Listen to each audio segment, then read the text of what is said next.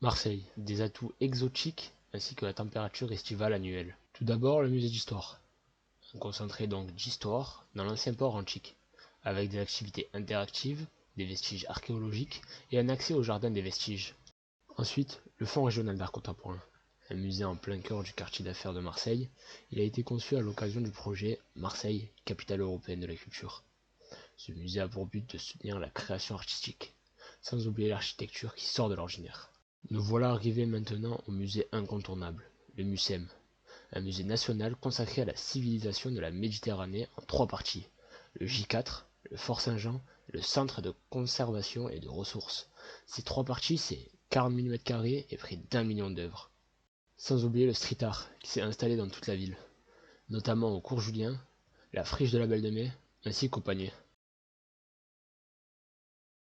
À Marseille, le quartier de la Joliette est le plus entretenu et le plus moderne. Il est le poumon économique de notre belle ville. L'Euroméditerranée est le 4e quartier d'affaires de France, après la Défense située à Paris, le Pardieu à Lyon et l'Euralille à Lille. L'Euroméditerranée a aussi entraîné la rénovation des docks, qui sont des bureaux et commerces de grandes entreprises. Passons aux quartiers les plus emblématiques de Marseille, qui sont le Panier et le Vieux-Port.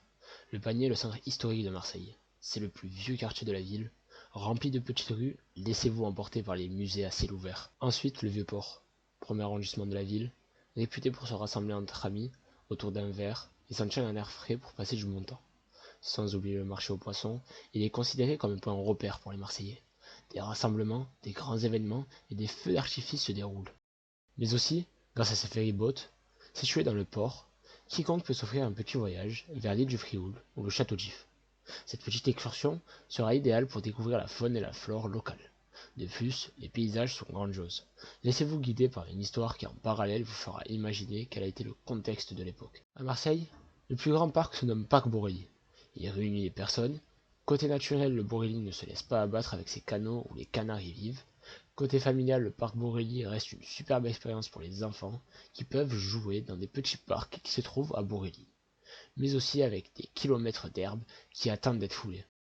En continuant sur l'avenue du Prado, 2 solutions s'offrent à vous: s'amuser sur les plages du Prado ou bien se balader sur la corniche qui vous laisse une vue imprenable sur la Méditerranée, puis enchaîner sur les Catalans et s'offrir une petite partie de beach volley.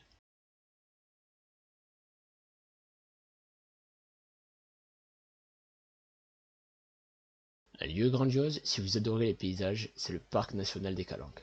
Il est le premier parc national périurbain d'Europe, à la fois terrestre et marin. Il est composé de falaises calcaires, de criques et d'îlots qui constituent des écosystèmes relativement préservés pour de nombreuses espèces vivantes. Ensuite, enchaînons sur les palais à Marseille. Le palais du Pharaon et le palais Longchamp. Le palais du Pharaon était à l'époque un cadeau offert par Napoléon III pour l'impératrice Eugénie. Ce palais a d'ailleurs un style architectural propre à un empire. Il domine le côté du port et côté mer, tandis que le jardin du Pharaon côté ville.